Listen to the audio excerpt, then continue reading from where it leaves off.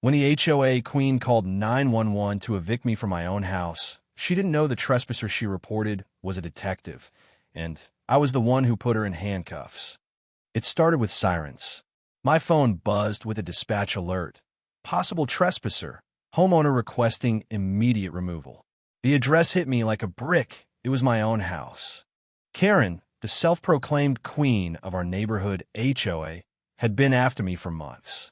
She hated that I didn't bow to her ridiculous rules. No mailbox color was ever right, no hedge trim enough. I ignored her power trips. She escalated.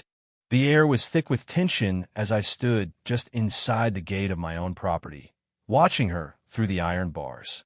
She was out there on the sidewalk, her arms flailing like a conductor directing a chaotic symphony, her voice sharp and accusing as she shouted at the two police officers who had just pulled up.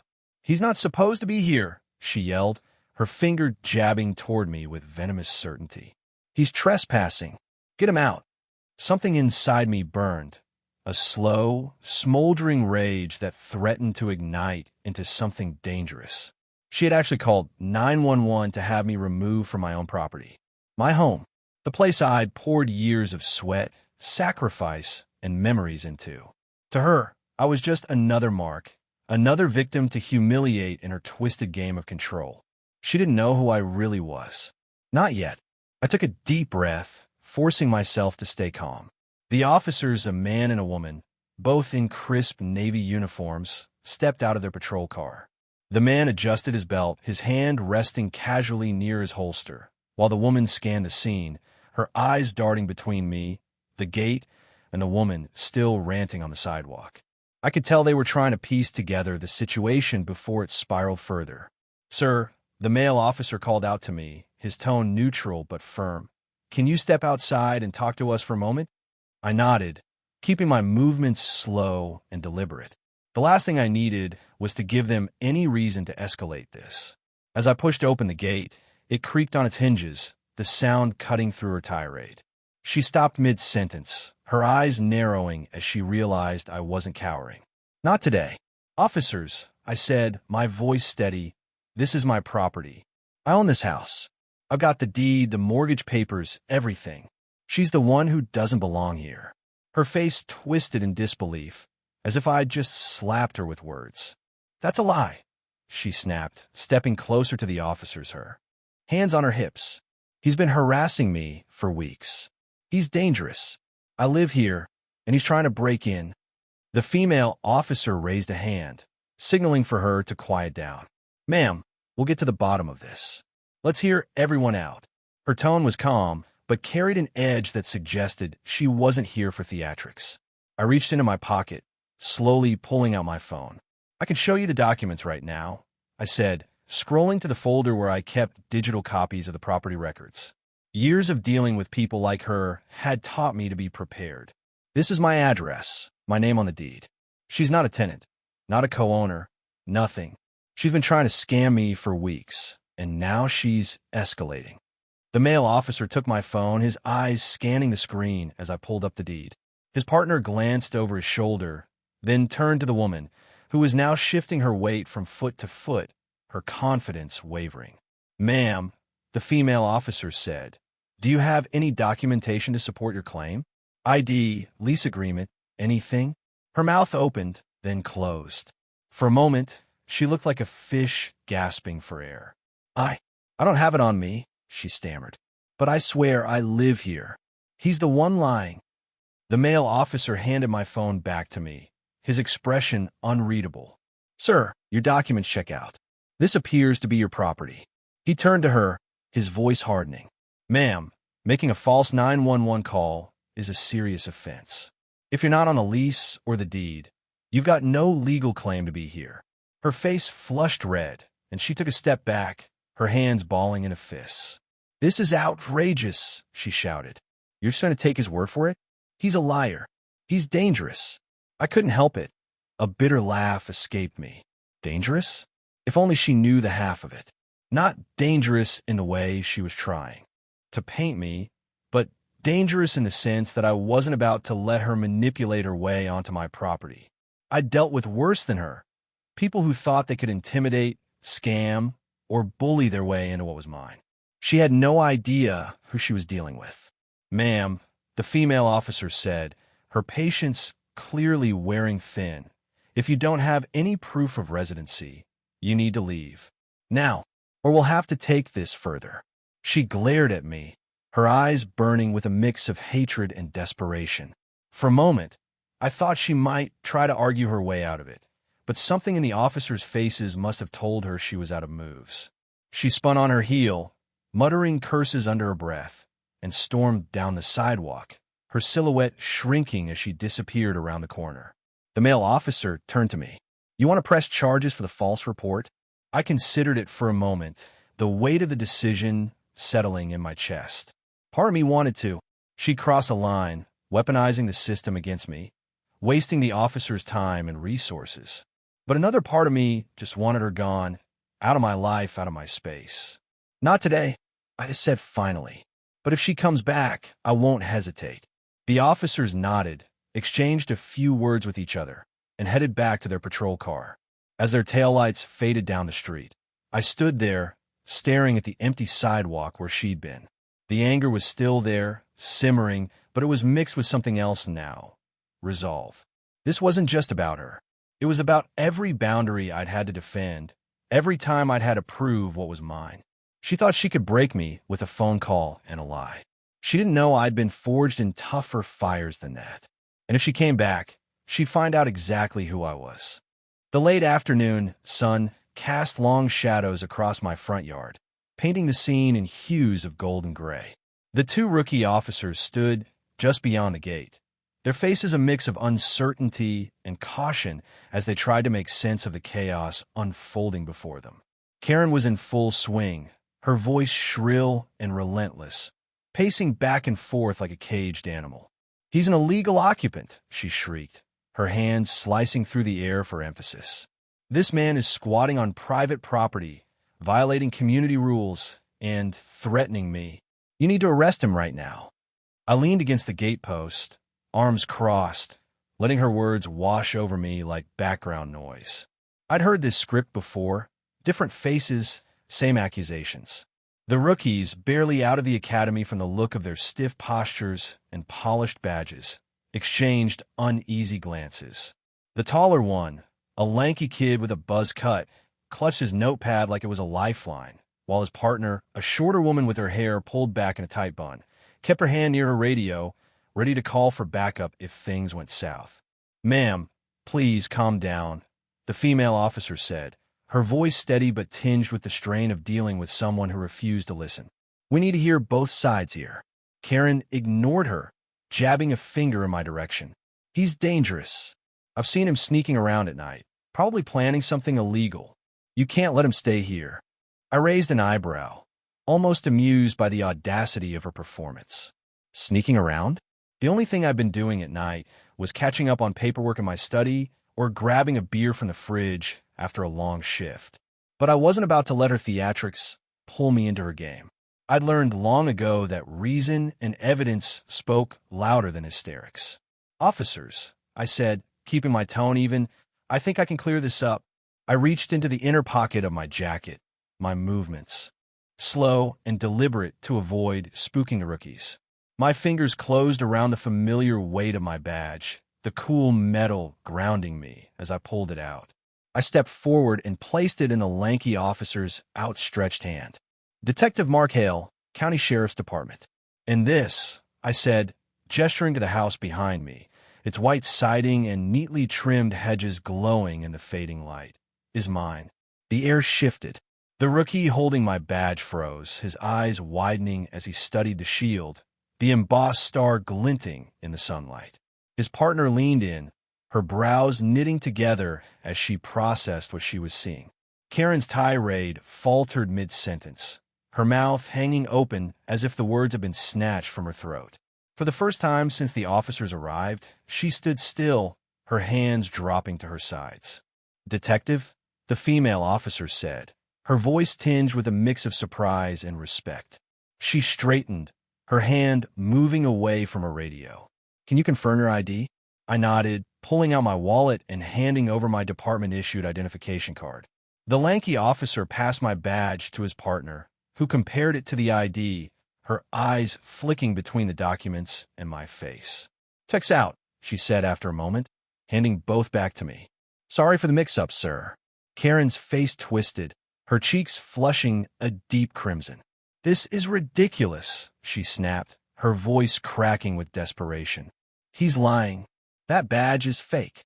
He's been forging documents, trying to steal this house from me." I couldn't help the faint smirk that tugged at my lips. Forging documents? She was grasping at straws now, and the officers knew it. The lanky one turned to her, his expression hardening. "Ma'am, we've seen his badge and ID. He's a sheriff's detective, and he's provided proof of ownership. Do you have any documentation to back up your claim to this property?" Karen's mouth opened and closed like a fish out of water. I don't have it with me," she stammered, her eyes darting between the officers and me. "But I swear this is my house. He's the one who's been harassing me." The female officer sighed, rubbing the bridge of her nose. "Ma'am, without proof, there's nothing we can do here. You need to leave the premises, or we'll have to escort you off." Karen's gaze locked onto me, her eyes burning with a mix of fury and humiliation. I met her stare, unflinching. She thought she could bully her way onto my property, weaponizing 911 calls and fake tears to get what she wanted. But she hadn't counted on me being someone who'd spent years dealing with liars, manipulators, and con artists, someone who knew how to stay one step ahead. "Fine," she spat, her voice low and venomous. "This isn't over." She turned on her heel, her shoes clicking against the pavement as she stormed down the street, her silhouette shrinking into the dusk. The lanky officer scribbled something in his notepad, then looked up at me. "You want to file a report for harassment or false reporting, detective?" I slipped my badge back into my pocket, feeling its weight settle against my chest. "Not yet," I said, my voice calm but firm. "But if she comes back, I'll handle it my way." The officers nodded, their respect evident in the way they stood a little straighter. "Understood, sir," the female officer said. "We'll keep an eye out. You have a good evening." As their patrol car pulled away, I stood there for a moment, staring at the empty street where Karen had disappeared. The house behind me felt solid, unshaken, a testament to everything I'd fought for. She could scream, lie, and call every agency in the county, but this was my ground, and I wasn't budging. But deep down, I knew she'd be back. People like her didn't give up easily. And when she did return, I'd be ready, badge or no badge. The morning air was crisp, carrying the faint scent of dew-soaked grass as I sat on my porch, a steaming mug of coffee in hand. Across the street, Karen stood on her lawn, her arms crossed tightly, that familiar smirk plastered on her face. She thought she still had the upper hand, that her theatrics and 911 calls could wear me down. But today, that smirk faltered, and I could see the moment uncertainty crept into her eyes. She didn't know it yet, but the tide had turned. It had been a week since her last stunt, the one where she'd tried to paint me as an illegal squatter on my own property. She'd stood there, shouting accusations at the rookie officers, spinning lies about community violations and dangerous behavior. But she hadn't counted on me being a sheriff's detective, nor on the fact that I'd already started building a case against her. Her confidence was crumbling, and I was about to deliver the blow that would shatter it completely. I set my coffee down and leaned back in my chair, watching as she glanced nervously at the patrol car pulling up in front of her house. The same two rookies from last week stepped out, their faces no longer uncertain but resolute. I made a call to the precinct after Karen's last outburst, requesting the body cam footage from their visit. It had taken a few days to process, but the evidence was now in my hands. Digital files capturing every word of her false report, every lie she'd spun to try to have me removed from my own home. "Ma'am," the female officer called out, her voice carrying across the quiet street. "We need to speak with you." Karen's smirk vanished completely. She took a step back, her hands fidgeting at her sides. "What's this about?" she asked, her tone defensive, a crack in her usual bravado. "I haven't done anything wrong." The lanky officer, holding a tablet, glanced at me briefly before addressing her. "We've reviewed the body cam footage from our last visit, ma'am. You made several claims about Mr. Hale's residency and behavior that don't align with the evidence. Filing a false police report is a crime. Karen's face paled, her mouth opening as if to protest, but the words seemed to catch in her throat. That was a miscommunication, she stammered, her eyes darting between the officers and me. I thought he was trespassing. I was just trying to protect the neighborhood. I stood up, brushing off my jeans, and walked to the edge of my porch, close enough to hear every word but far enough to keep the interaction professional. A miscommunication? I said, my voice calm but cutting. You called 911, claimed I was a dangerous squatter, and demanded I be arrested. That's not a misunderstanding, Karen. That's a lie, and it's on record. The female officer nodded, her expression unyielding. The footage shows you making specific accusations without evidence, ma'am. You also failed to provide any documentation to support your claim to the property. We're here to inform you that a report has been filed, and you may be facing charges for misuse of emergency services. Karen's eyes widened, her hands balling into fists. This is outrageous, she snapped, her voice rising in pitch. He's the one who's been harassing me. He's been intimidating me, spying on me. You're just taking his side because he's one of you. The lanky officer raised a hand, cutting her off. Ma'am, we've seen the evidence. Detective Hale provided proof of ownership, and your statements don't hold up. If you have any documentation or evidence to support your claims, now's the time to produce it. She froze, her lips pressing into a thin line. I could almost see the gears turning in her head, scrambling for a way out, but there was none. She'd overplayed her hand, and now the consequences were catching up. I don't have it right now, she muttered, her voice barely audible. But I'll get it. This isn't fair. The female officer sighed, jotting something on her notepad. You'll be contacted by the department regarding next steps. In the meantime, we strongly suggest you refrain from making further false reports or harassing Mr. Hale. Any more incidents, and you could be looking at additional charges. Karen's gaze snapped to me, her eyes burning with a mix of rage and desperation. I met her stare, unflinching. I'd spent years dealing with people who thought they could bend the truth to their will, suspects, con artists, manipulators. Karen was no different, just louder. But loud didn't mean smart, and she'd underestimated me from the start. As the officers turned back to their patrol car, I called out, "One more thing, Karen." She stiffened, her shoulders hunching as she faced me. This is my home.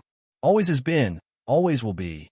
You can scream, lie, or call whoever you want, but you're not taking it from me. Try again, and I won't just stop at a report. Her jaw clenched, but she said nothing. For the first time, I saw fear flicker across her face, not just of the officers or the potential charges, but of me. Not because I was a threat, but because I was someone who wouldn't back down, someone who knew how to fight her kind of war and win.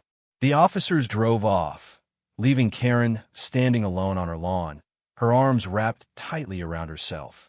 I picked up my coffee mug and took a sip, the warmth grounding me as I watched her retreat into her house. The power had shifted, and she knew it. Her lies had been exposed, her tactics dismantled. But I wasn't naive enough to think this was the end. People like Karen didn't slink away quietly. She'd regroup, come up with a new plan, a new angle. I set my mug down and headed inside, my mind already turning to the next steps. The body cam footage was just the beginning. I had contacts in the department, access to records, and years of experience sniffing out deception. If Karen wanted to keep playing this game, I'd be ready. And this time, I'd make sure she understood exactly who she was dealing with. The sun hung low in the sky, casting a warm amber glow over the quiet suburban street. A soft breeze rustled the leaves of the oak trees lining the block, but the usual hum of neighborhood life, kids on bikes, dogs barking, the distant drone of a lawnmower, was absent. Instead, an eerie stillness blanketed the scene, as if the entire street held its breath. Neighbors peered from behind curtains, their silhouettes barely visible in the windows, watching the culmination of a drama that had been brewing for weeks. Karen stood on her front lawn, her arms crossed defiantly, her chin jutted out as if daring the world to challenge her. She'd been at it again, spinning her web of lies, this time escalating to a new 911 call, claiming I'd threatened her with violence. But she hadn't counted on the body cam footage from her previous stunts, nor the paper trail of complaints I'd meticulously filed with the sheriff's department. She thought she could keep playing the victim, but today, the game was over. I stepped out of the unmarked cruiser that had pulled up alongside the patrol car, my badge clipped to my belt, the weight of my service weapon a familiar presence at my hip. In my hand, I held a pair of handcuffs, the steel glinting in the fading light. The two rookie officers from the previous encounters stood nearby, their faces a mix of professionalism and quiet satisfaction. They'd seen Karen's act before, and now they were here to witness the consequences. "Karen Miller," I said, my voice steady and authoritative, cutting through the tension like a blade. "You're under arrest for misuse of emergency services, filing a false police report, and harassment." Her eyes widened, the smug smirk she'd worn like armor slipping away. "What?" she spat, taking a step back, her hands flying to her hips. "This is absurd. You can't arrest me. I'm the victim here. He's the one who's been terrorizing me."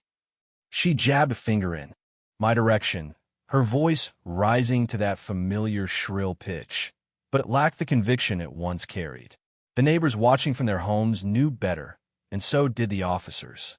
The female rookie stepped forward, her notepad already tucked away, her expression unyielding. "Ma'am, we've reviewed the evidence. Your repeated false reports and accusations have been documented. You've been warned multiple times. This ends now." Karen's gaze darted between me and the officers, her chest heaving as panic set in. "You're all in on it, aren't you?" she hissed, her voice trembling with a mix of rage and desperation. "He's got you fooled. He's a liar, a fraud. This is my neighborhood, and you're letting him ruin it." I shook my head, almost pitying her for a moment. Almost. "Karen, you've had every chance to stop this. You chose to keep pushing, to keep lying. Now you're out of moves." I stepped closer, the cuffs dangling from my hand, their metallic clink punctuating the silence. "Turn around and place your hands behind your back." She froze, her eyes locking onto the cuffs as if they were a venomous snake. For a moment, I thought she might bolt, but the lanky officer moved to her side, his presence a quiet reminder that resistance wasn't an option. The neighbors' eyes were on us, their silent judgment a weight Karen couldn't ignore. She'd spent months bullying this community, intimidating homeowners, filing baseless complaints, and weaponizing the system to get her way. Now, the street watched as the woman who'd terrorized them was finally brought to heel. With a defiant huff, Karen turned, her movements jerky and reluctant. I stepped forward, snapping the cuffs around her wrists with a practiced motion. The click of steel was sharp, final, echoing in the still air like a gavel striking a judge's bench. She flinched at the sound, her shoulders slumping as the reality of her situation sank in. "You can't do this," she muttered, her voice barely above a whisper now, stripped of its bravado. "This is my home." "No, Karen," I said, guiding her toward the patrol car. "This is our neighborhood, and you don't get to terrorize it anymore." The female officer opened the back door of the cruiser, and Karen slid inside, her head bowed, her face a mask of humiliation and fury. The lanky officer leaned in to read her Miranda rights, his voice calm and methodical. "You have the right to remain silent. Anything you say can and will be used against you in a court of law." As he continued, I glanced around the street. Faces peered from windows, some neighbors stepping onto their porches now, their expressions a mix of relief and disbelief. Mrs. Carter, the elderly woman from 2 houses down who Karen had once reported for illegal gardening, gave me a small nod, her lips curving into a faint smile. The young couple across the street, who'd been targeted by Karen's complaints about their dog, stood together, their arms around each other, watching in quiet triumph. The patrol car door shut with a thud, and Karen's silhouette was barely visible through the tinted window. The rookies exchanged a few words with me, confirming the paperwork and the next steps. "We'll take her to the station for booking," the female officer. Neighborhood, it hit different. This was personal. I turned back toward my house, its familiar outline a quiet reminder of what I'd fought for. The neighbors began to disperse, some waving or offering quiet words of thanks as they retreated to their homes. The street was calm again, the tension broken, the balance restored. But I knew better than to think it was truly over. Karen might be in cuffs, but people like her had a way of clawing their way back. I'd be ready, though.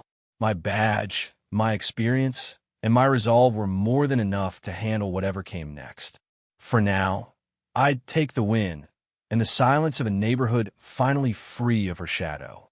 The morning after Karen's arrest, the neighborhood felt different, like the air itself had been scrubbed clean. The usual hum of daily life returned. Kids laughing on their way to the school bus, the rhythmic whir of a sprinkler, the distant bark of a dog. But there was an undercurrent of something new, relief. It was as if the street had exhaled a collective sigh, free from the weight of Karen Miller's shadow. But the ripples of her actions were far from over, and I was about to see just how deep her influence had run, and how quickly it would unravel.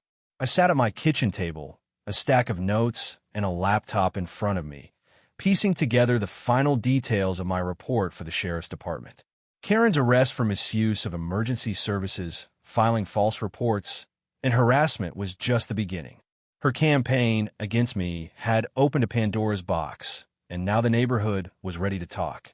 What started as my personal battle had snowballed into something much bigger, a reckoning for the entire community. By mid-morning, my doorbell rang. It was Mrs. Carter, the elderly widow from 2 houses down, clutching a manila folder stuffed with papers. Her hands trembled slightly, but her eyes were sharp with determination. "Mark," she said, her voice soft but resolute, "I heard about what happened with Karen. I have something you need to see." She handed me the folder, and as I flipped through it, my jaw tightened. It was a collection of HOA notices, fines, and threatening letters, all signed by Karen as the self-appointed president of the Homeowners Association. Illegal gardening practices, one letter claimed, citing Mrs. Carter's rose bushes as a violation.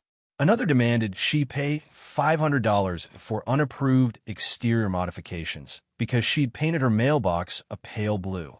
She threatened to put a lien on my house if I didn't comply, Mrs. Carter said, her voice cracking. "I'm on a fixed income. I couldn't fight her."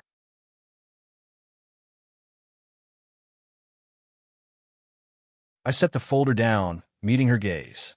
"You're not alone anymore, Mrs. Carter. I'm taking this to the department. She's not getting away with this." Word spread quickly. By noon, my living room was a makeshift command center, filled with neighbors I'd barely spoken to before. The young couple from across the street, the Patels, brought screenshots of emails where Karen had threatened to report their dog for excessive barking, unless they paid a $200 fine directly to her. Mr. Nguyen, who ran a small landscaping business, shared stories of Karen demanding kickbacks to avoid HOA complaints about his work truck parked in his own driveway. Even the quiet retiree at the end of the block, Mr. Thompson, admitted Karen had bullied him into signing over voting rights in the HOA, claiming it was for the good of the community. Each story painted a clearer picture. Karen hadn't just targeted me. She'd built an empire of control, using the HOA as her personal fiefdom to extort, intimidate, and silence anyone who dared question her. The board, her hand-picked allies, had enabled her, rubber-stamping her demands without question. But now, with her arrest making headlines in the local paper, the rats were scattering. 2 board members had already resigned, citing personal reasons, while a third had conveniently left town for an extended vacation. I spent the afternoon compiling their accounts, cross-referencing them with the evidence I'd already gathered. The body cam footage, my property records, and Karen's documented history of false 911 calls. By evening, I turned my report into a formal complaint, complete with a dozen signed statements from neighbors. I emailed it to my contact at the sheriff's department, a seasoned investigator named Lieutenant Ruiz, who'd already been digging into Karen's activities after her arrest.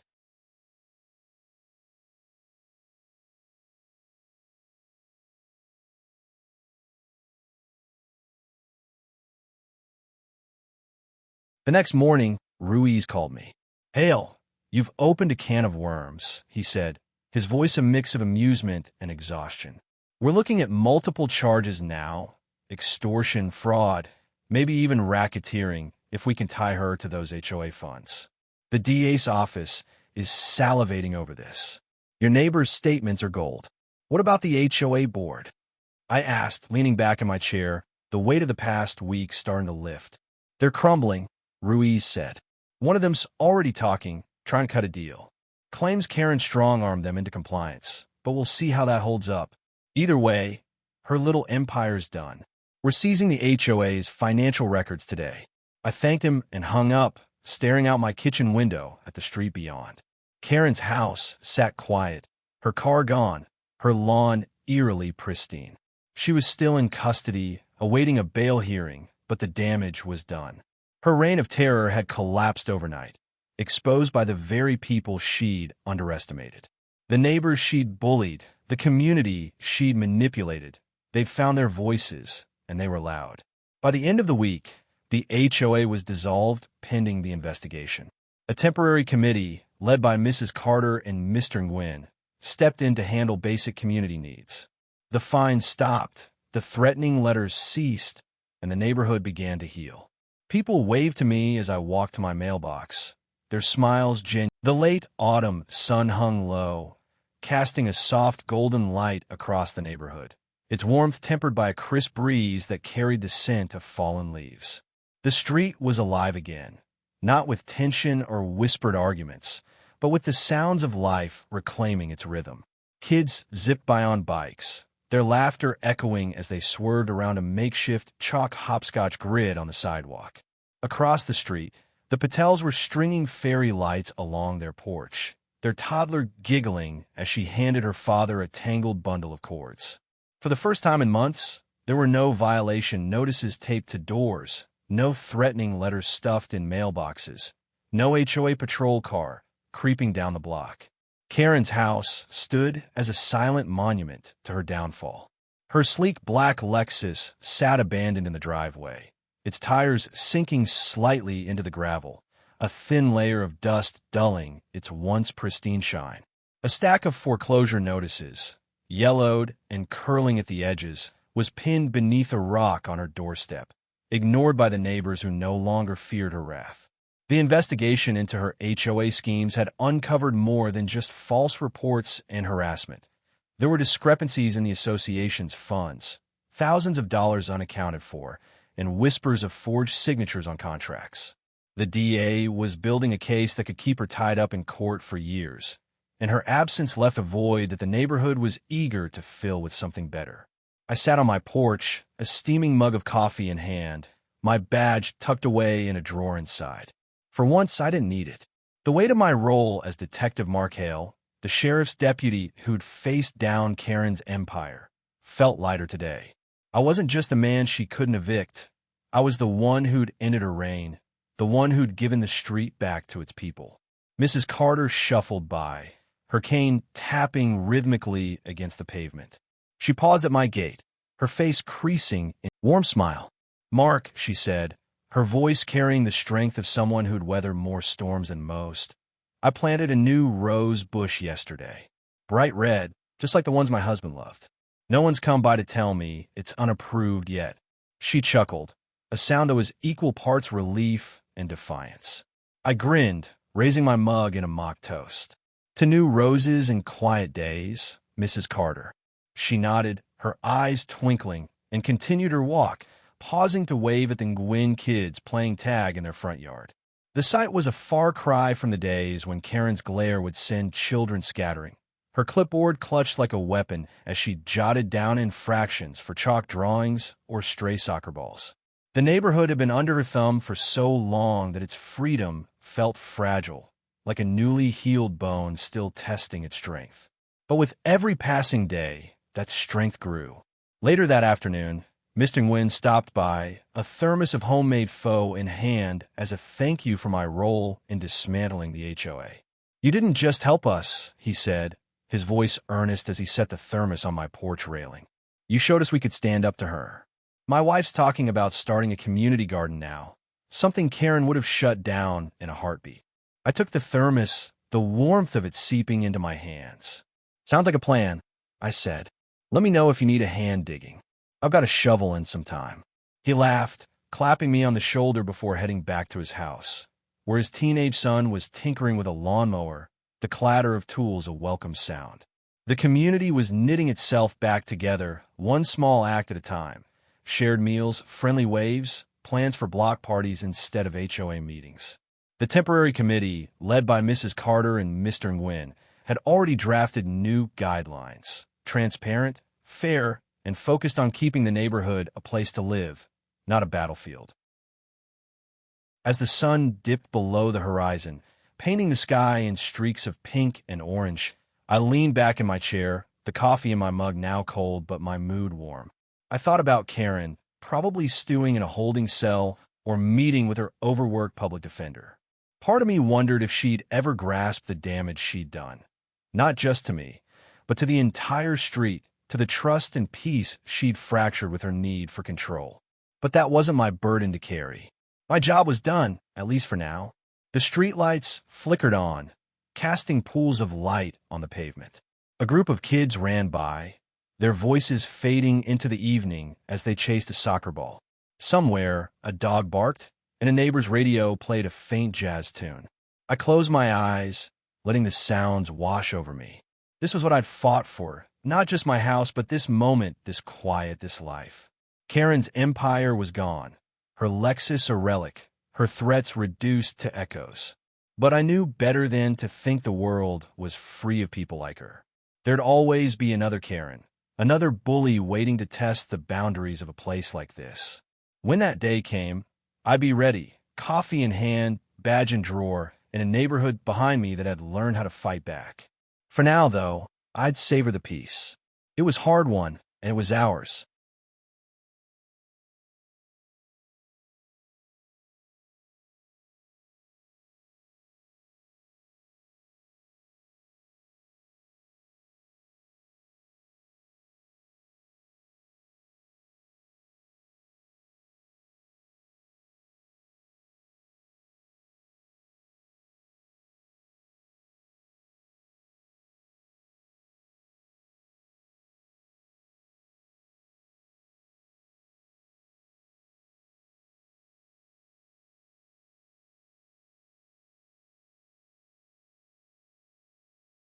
The courtroom was a stark contrast to the suburban streets where Karen Miller had wielded her self-proclaimed authority. The polished wooden benches, the stern-faced bailiff standing by the door, and the faint hum of the overhead fluorescent lights created an atmosphere that was both solemn and unyielding.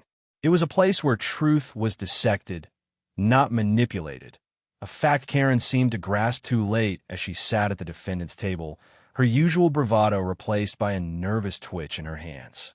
She thought she could talk her way out, as she had so many times before at HOA meetings, but this wasn't her domain.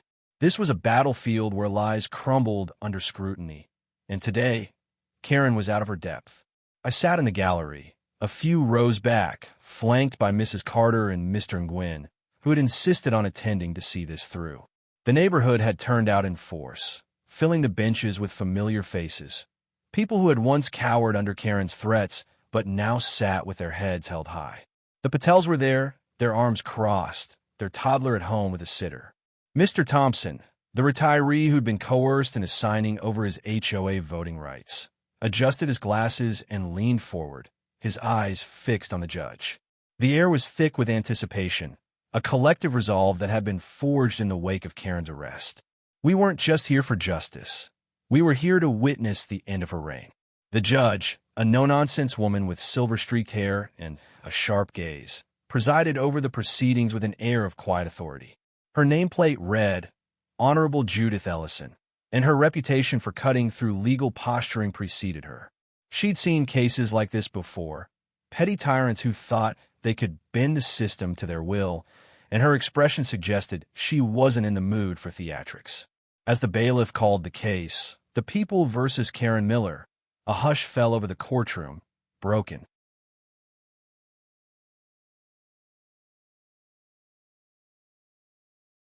Only by the faint rustle of papers and the creak of a bench as someone shifted their weight.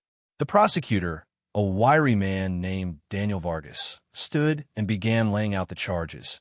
Misuse of emergency services, filing multiple false police reports, harassment, and extortion through her abuse of HOA authority.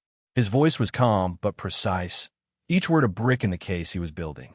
"Your Honor," he said, adjusting his tie, "the defendant, Karen Miller, orchestrated a campaign of intimidation and deception, targeting her neighbors and abusing public resources to enforce her personal agenda. We have evidence, including body cam footage, witness statements, and financial records, that demonstrate a clear pattern of criminal behavior."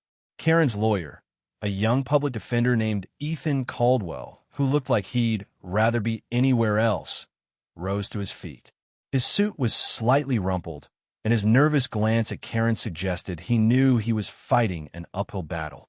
"Your Honor," he began, his voice tentative, "my client acted out of a genuine concern for her community. She believed she was protecting the neighborhood's standards and safety. Any missteps were due to miscommunication, not malicious intent." The judge raised an eyebrow, her pen pausing over her notes. "Miscommunication," she repeated, her tone dry enough to make the gallery stir with suppressed laughter. "Mr. Caldwell, I hope you have more than that to offer. Let's see the evidence." Vargas signaled to the bailiff, who dimmed the lights as a projector flickered to life.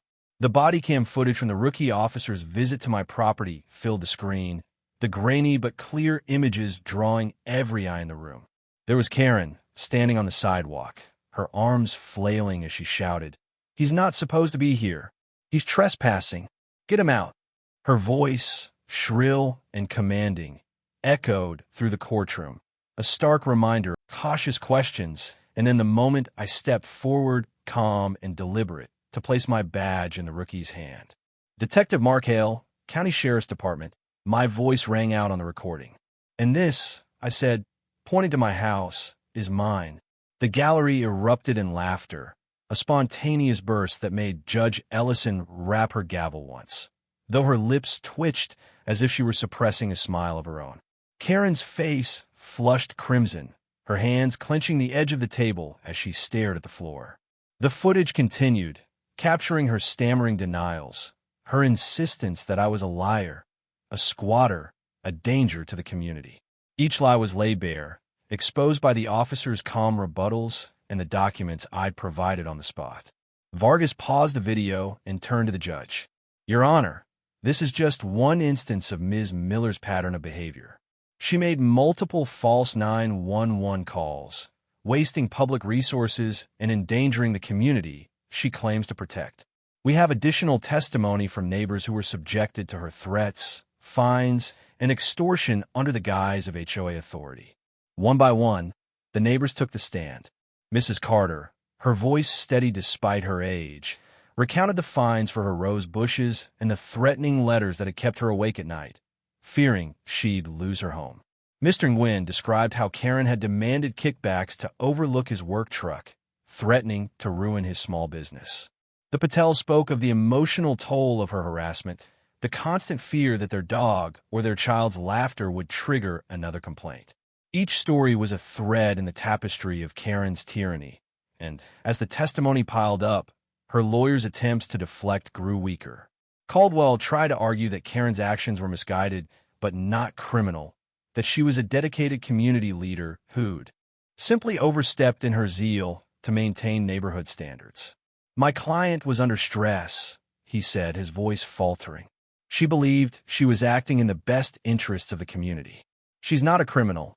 Your Honor, she's a concerned citizen." Judge Ellison's eyebrow arched higher, her expression one of barely concealed skepticism.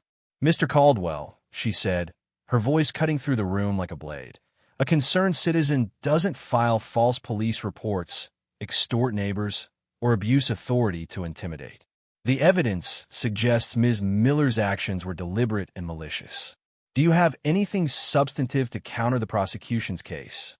Caldwell hesitated, flipping through his notes as if searching for a lifeline. "We maintain that her intent was not to harm but to protect," he said weakly. "We ask for leniency, Your Honor." The gallery stirred again, a murmur of disbelief rippling through the crowd. Karen's head remained bowed, her earlier confidence replaced by a sullen silence. She'd always had a microphone, a podium, a clipboard to wield her power. Here, in the courtroom, she had nothing, just the weight of her own actions bearing down on her. Vargas called me to the stand, and I recounted the events that had led to this moment. Karen's initial 911 call, her accusations of trespassing, the escalation to harassment, and the body cam footage that had exposed her lies. I kept my voice steady, professional, laying out the facts as I'd done countless times in my career. But this time it was personal. This wasn't just about my property. It was about the neighborhood, the people who'd been silenced, the community that had rallied behind me. When I finished, Vargas presented the financial records, showing thousands of dollars in HOA funds unaccounted for, funneled into accounts linked to Karen. The evidence was damning, and Caldwell's attempts to object were quickly overruled. The judge's expression grew sterner as the prosecution rested, and she turned her attention to Karen. "Ms. Miller," Judge Ellison said, her voice carrying the weight of finality, "do you have anything to say before I deliver my ruling?" Karen stood, her hands trembling as she gripped the table. "Your Honor," she said, her voice low and unsteady, "I just wanted to keep the neighborhood safe. I didn't mean for things to go this far. I'm sorry if I caused any trouble."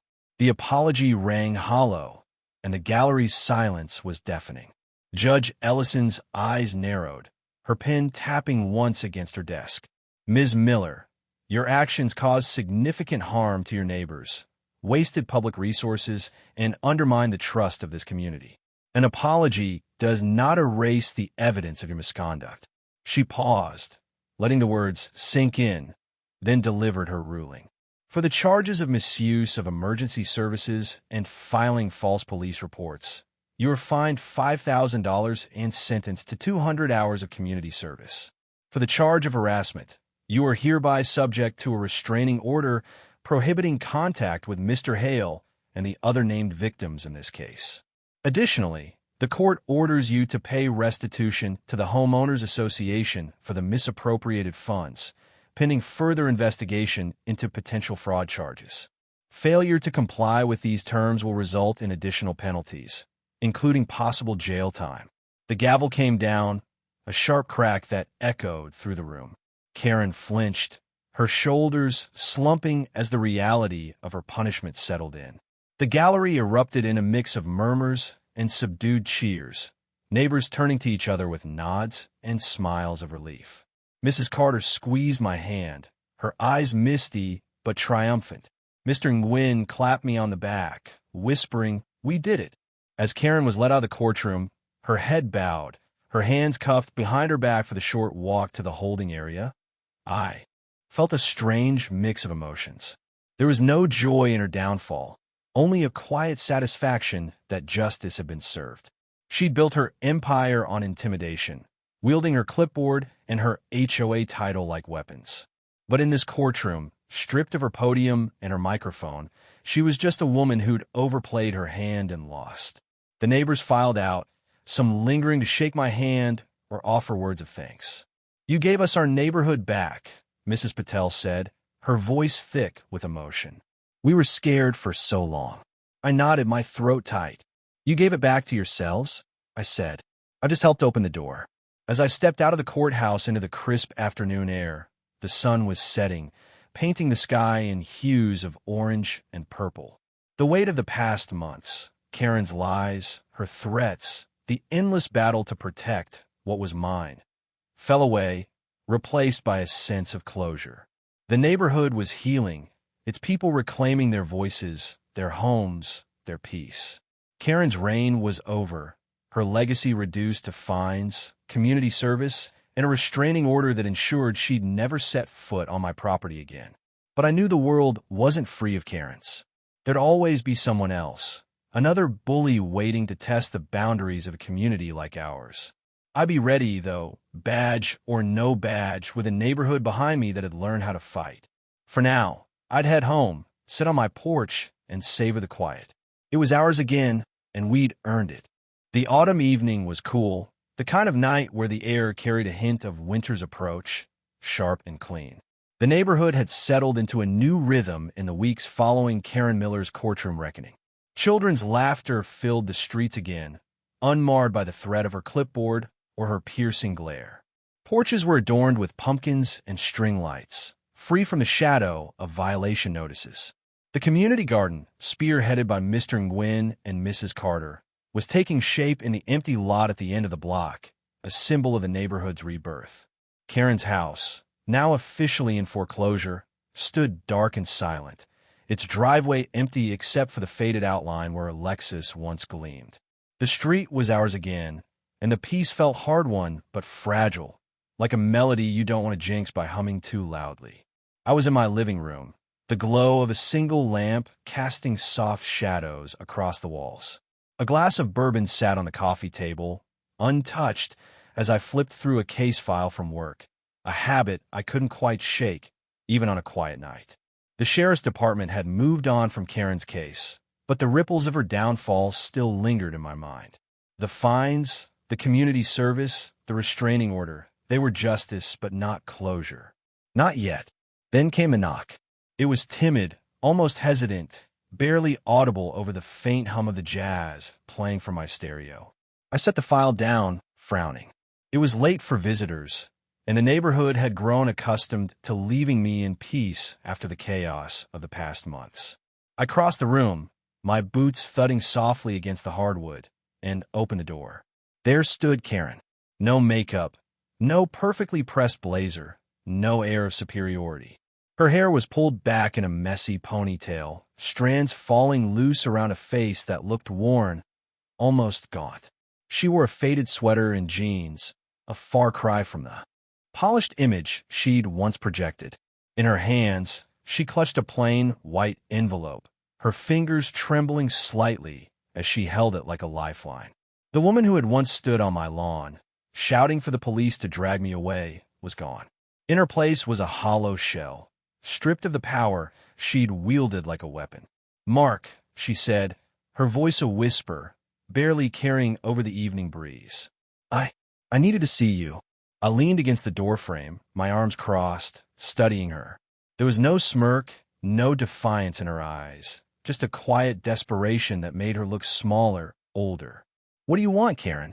I asked, my tone neutral but firm. The restraining order was still in place, and she was technically violating it just by standing on my porch. But something in her posture told me this wasn't a fight. Not anymore. She swallowed, her gaze dropping to the envelope. "I lost everything," she said, her voice cracking. "The house, the board, the respect, everything. I wanted power, and now I've got nothing. I thought you should know." For a long moment, I said nothing, letting her words hang in the air.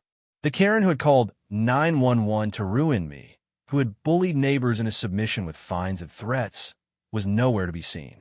This was someone else, someone who had gambled everything on control and lost it all. Part of me wanted to feel pity, but the memory of her lies, her accusations, and the fear she'd instilled in people like Mrs. Carter and the Patels kept that impulse in check. "What's in the envelope?" I asked, nodding toward her hands. She hesitated, then held it out, her fingers lingering as if reluctant to let it go. "It's my resignation letter," she said. "From the HOA. Signed and final. I know the board's dissolved, but I wanted to make it official. I wanted you to have it." I took the envelope, its weight light, but significant. I didn't open it, not yet. I could see the signature through the thin paper. Scrawled in black ink, a final act of surrender from the woman who had once thought she could dictate the fate of an entire neighborhood. I looked at her again, searching for the tyrant who'd stood on my lawn, shrieking about trespassing. But all I saw was defeat, etched into the lines of her face, the slump of her shoulders. "Why now?" I asked, my voice low. "Why come here, after everything?" Her lips parted, but no words came at first. She looked away, her eyes fixed on the darkened street, where a group of kids ran past, their laughter a faint echo. "I thought I was doing the right thing," she said finally. "I thought I was protecting the neighborhood, keeping it perfect, but I was wrong. I hurt people. I hurt you, and I can't take it back." Her admission hung between us, raw and unpolished. It wasn't an apology, not exactly, but it was the closest she'd come. I could have pressed her, demanded more, pointed out the lies she'd upended with her need for control. But there was no point. The courtroom had already spoken, and the neighborhood had already moved on. Karen was a ghost now, haunting her own mistakes.